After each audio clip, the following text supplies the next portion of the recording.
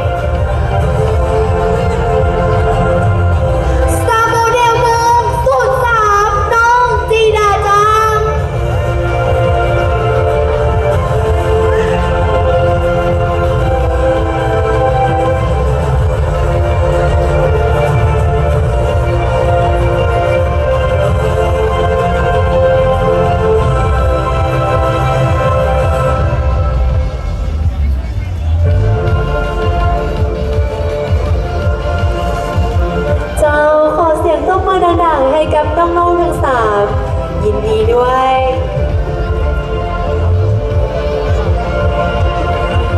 เจ้าขอเชิญน้องๆลงเข้าประจำที่ใด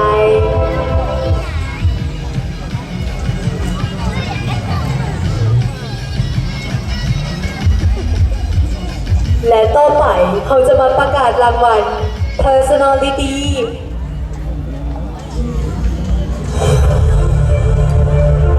และรุ่นที่1ผู้ที่ได้รับรางวัล Personality ได้แก่ Star Model มง14น้องจินดายาและรุ่นที่2ได้แก่ Star Model มง13น้องเอดีจา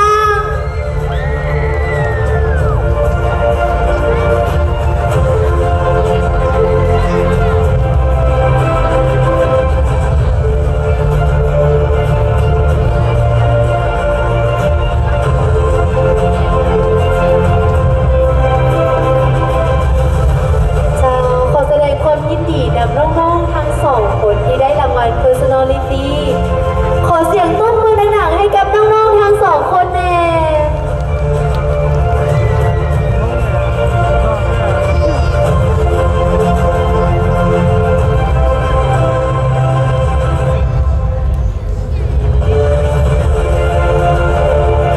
เจ้าและต่อไปเราจะมาประกาศรางวัล Popular Vote นั่นเองโดยให้เกียรติขึ้นมอบนางสัวโลเซียฝูงตงเยือ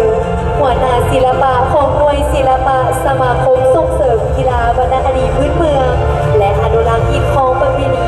ของบุญประเพณีกินเจียงแขวงเชียงขวางและรางวัลป๊อปปูล่าโหวตรุ่นที่1ได้แก่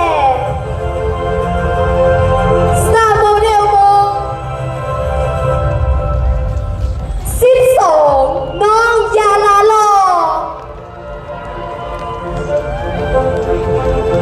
และรุ่นที่2ได้แก่ Star Model มง14น้องไลลาโล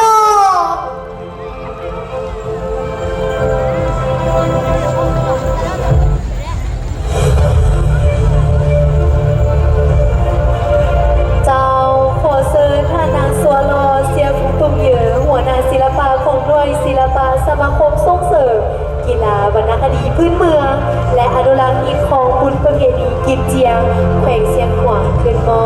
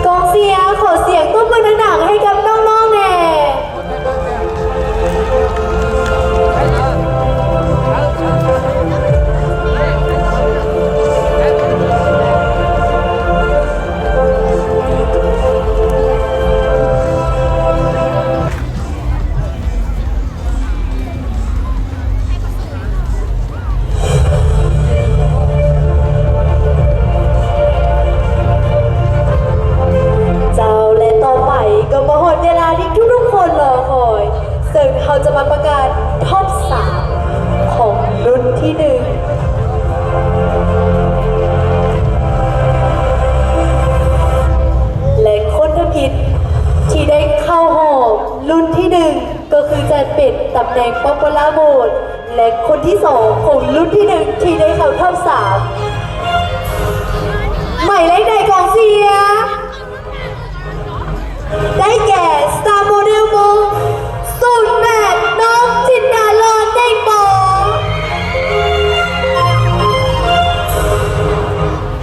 และผู้ที่ได้เข้ารอบท็อปสามรุ่นที่หนึ่งคนที่สามได้แก่ Star Model มงStar Model มง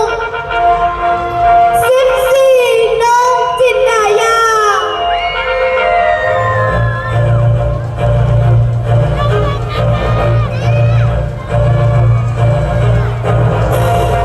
เจ้าและต่อไปเขาจะมาประกาศท็อป6ท็อป6ของรุ่นที่สองซึ่งหนึ่งในนั้นก็มาจากตำแหน่งป๊อปปูล่าโหวตเพราะฉะนั้นคนถัดไปที่ได้เข้ารอบ6คนสุดท้ายคนที่สองของรุ่นที่สองได้แก่ Star Model มง17น้องปาเซียลีและคนที่สามที่ได้เข้ารอบ6คนสุดท้ายของรุ่นที่สองได้แก่ Star Model มง13น้องเอดีจัง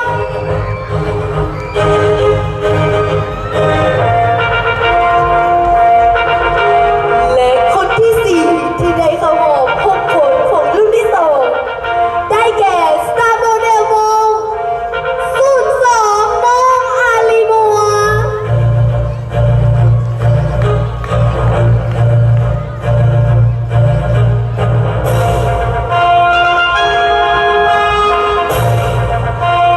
และผู้เข้ารอบคนต่อไปได้แก่ Star Model มง07น้องปาเยงไหล เจ้าและมาหดคนสุดท้ายกันแล้วกองเสียคิดว่าหมายเลขใดขอเสียงกองเสียได้บ่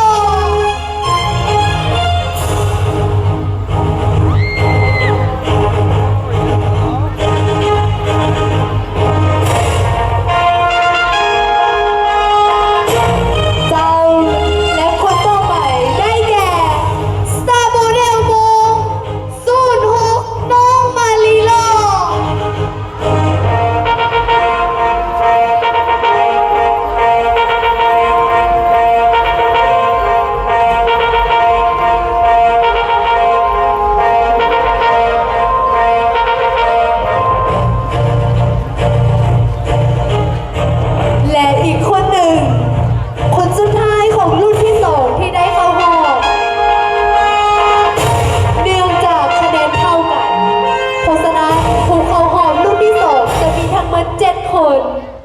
และคนสุดท้ายที่ได้เข้าหอบได้แก่ Star Model มง10น้องนีนามือ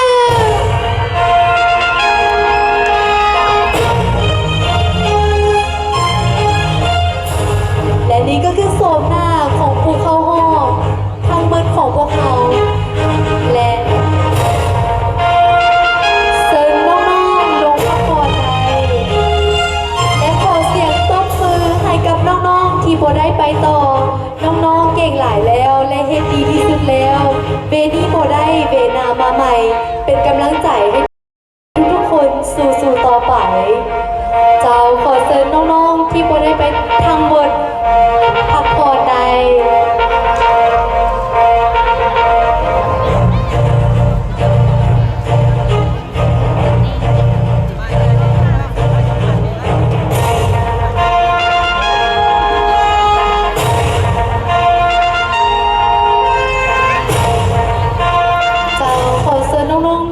ทุกคนน้องๆพวกเขาประกวดทุกคนรู้พักผ่อนใด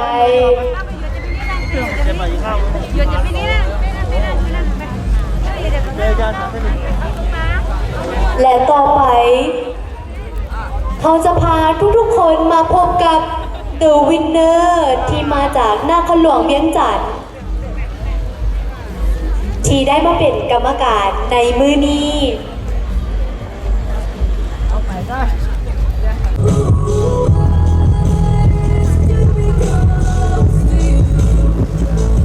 ท่านนางลินดาพิมมาจาก The Winner อย่างโมเดล 2024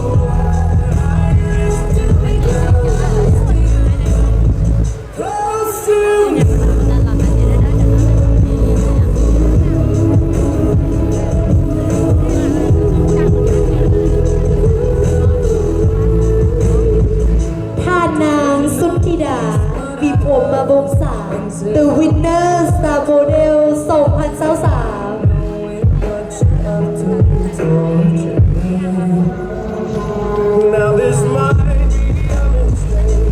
broken in so many ways, but I keep us back together slowly. ท่านนางเนตรนภาธีลาวัน The Winner Star Model 2022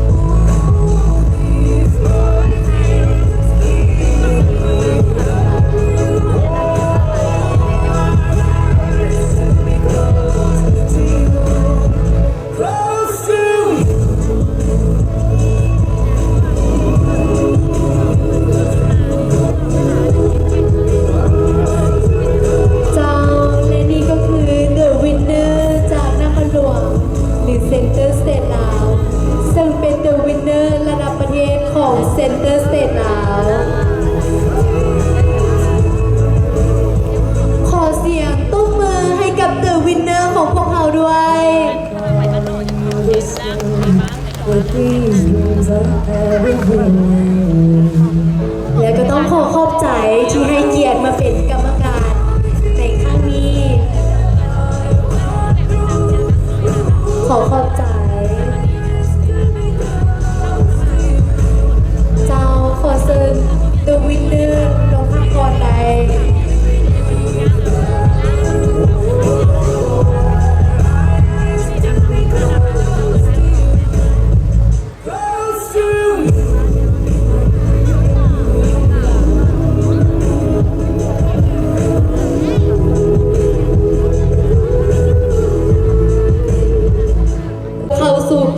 ต่อไปซึ่งในห้องนี้น้องๆจะมาพบในสุดลาดีและเดินคู่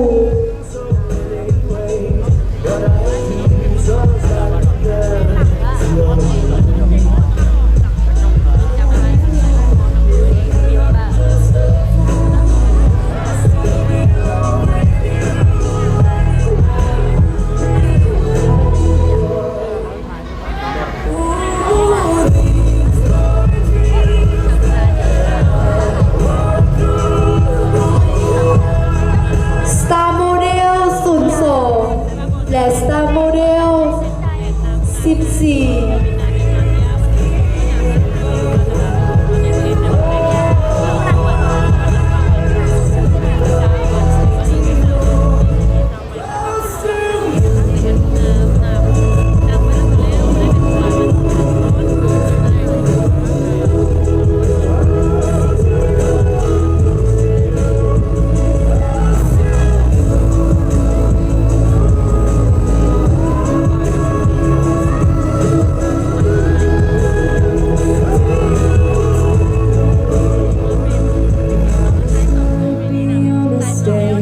that I'm calling you this way, but these dreams I have of you Ooh,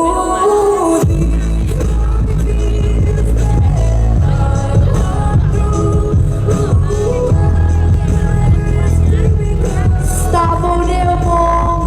10 และสุดคง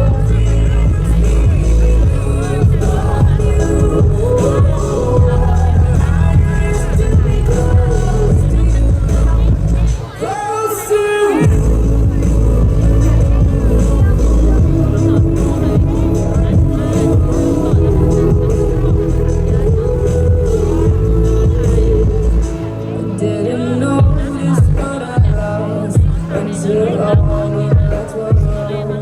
and not knowing what you're up to torture me. Now this might be a mistake, broken in so many ways, but I piece us back together slowly. I'm just a fool. I still belong with you anyway. Ooh, Star Model โมง17 น้องมาเซียหลี และ Star Model โมงสุด7 น้องไปเยงไหล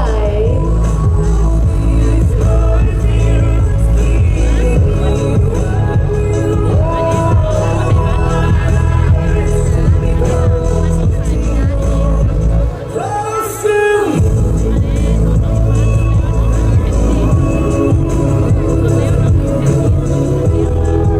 ขอเสียงกองเสียแน่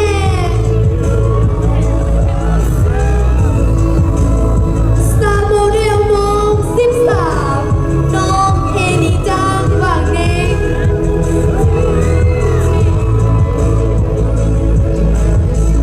Be a mistake that I'm calling you this way,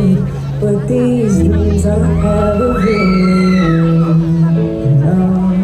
Ooh,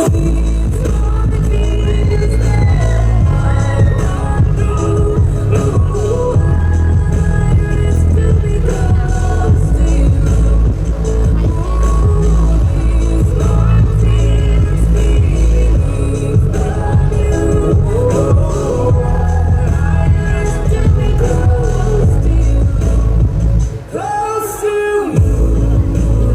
เจ้าและต่อไปเราจะพาทุกๆคนมาพบกับน้องๆรุ่นที่ 1 ในห้องตอบคำถาม Didn't notice what I lost. ขอเสียงตบมือต้อนรับน้องๆรุ่นที่ 1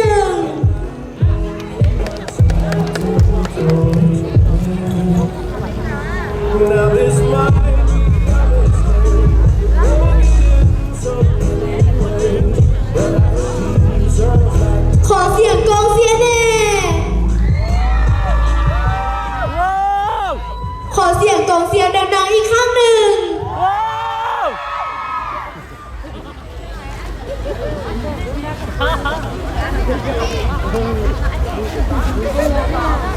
ขอเซิร์ชหมายเลข 12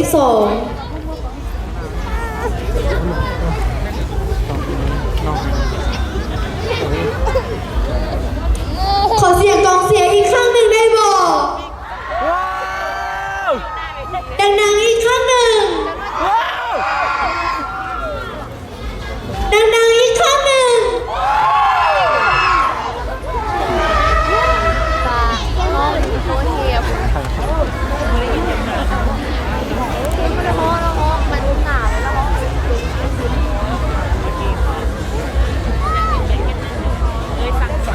จ้าขอเชิญน้องหมายเลข 12ขึ้นจงคำถาม เฮียจังหวะที่เฮียซึ่งมาเฮียเต้นน้อยเฮียจะไม่ถูกกันเฮียจะเปิดคนใหญ่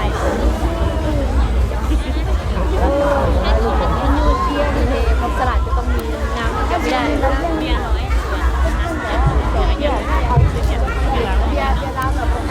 ซึ่งคำถามของน้องมีอยู่ว่า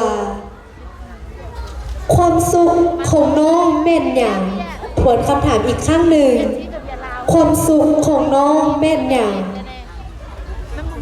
เราไม่รู้เราตอนนี้มีอะไรสักอย่างไม่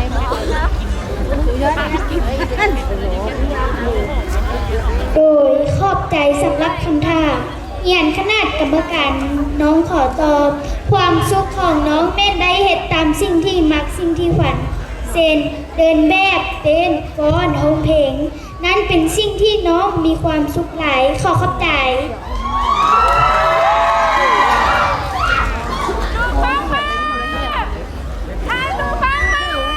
ขอเชิญ Star Model 08ขึ้นจงคำถาม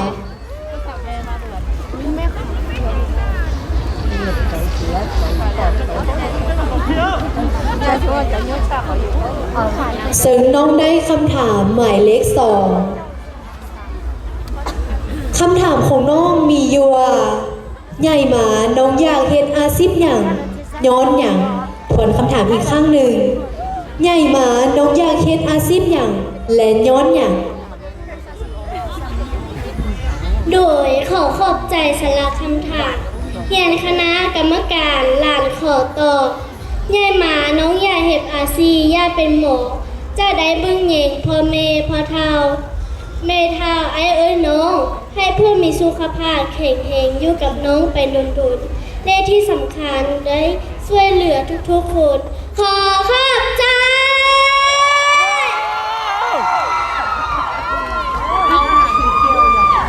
เจ้าและขอเชิญน้องคนสุดท้ายขึ้นตอบคำถามของน้องหมายเลข 1น้องคิดว่าการประกวดสำคัญกับเด็กน้อยแนวใดทวนคำถามอีกครั้งหนึ่งน้องคิดว่าการประกวดสำคัญกับเด็กน้อยแนวใด โดยขอบใจสำหรับคำถามน้องขอตอบ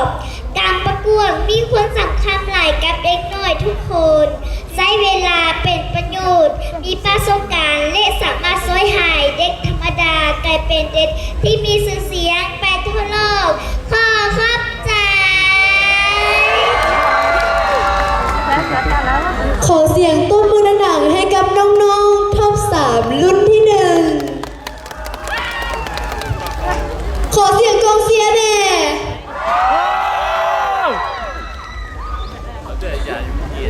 ขอเชิญน้องๆทั้ง3คนลงพักผ่อนในและต่อไป